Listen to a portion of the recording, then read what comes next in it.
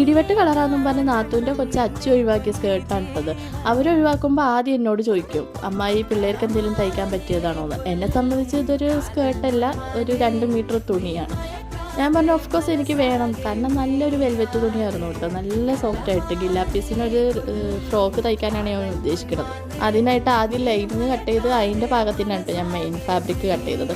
Plain ആക്കണ്ടെന്ന് വിചാരിച്ച് നെക്കിലും വേസ്റ്റിലും ഈ same colour തന്നെ ഒരു ലേസ് വെച്ചിട്ടുണ്ട്, പരാഗിൽ നിന്ന് എടുത്തതാണ്.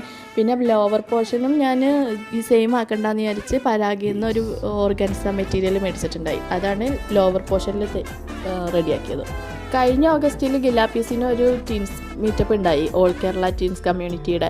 അതിനായിട്ട് ഞാൻ ചെയ്തൊരു ഫ്രോക്കാണ് ഇട്ടത്.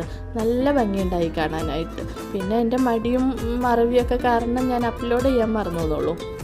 ഗില്ലാപ്പീസിന് റെഡിമെയ്ഡായിട്ടൊരു ഡ്രസ്സ് എടുക്കാമെന്ന് വിചാരിച്ചാൽ ഭയങ്കര പാടാണ്, രണ്ടും ഒരുപോലത്തെ കിട്ടാനായിട്ടേ. അപ്പോൾ ഇതേ ഫൈനൽ റിസൾട്ട് ഇതാണ്. ഗില്ലാപ്പീസ് ഇട്ടിട്ടുള്ള ഫോട്ടോ നല്ലതൊന്നും കിട്ടിയിട്ടില്ല, ആകെ ഒരെണ്ണം ഇത് കിട്ടിയിട്ടുള്ളൂ. അപ്പോൾ ഇഷ്ടമായെങ്കിൽ നിങ്ങൾ ലൈക്ക് ചെയ്യണേ.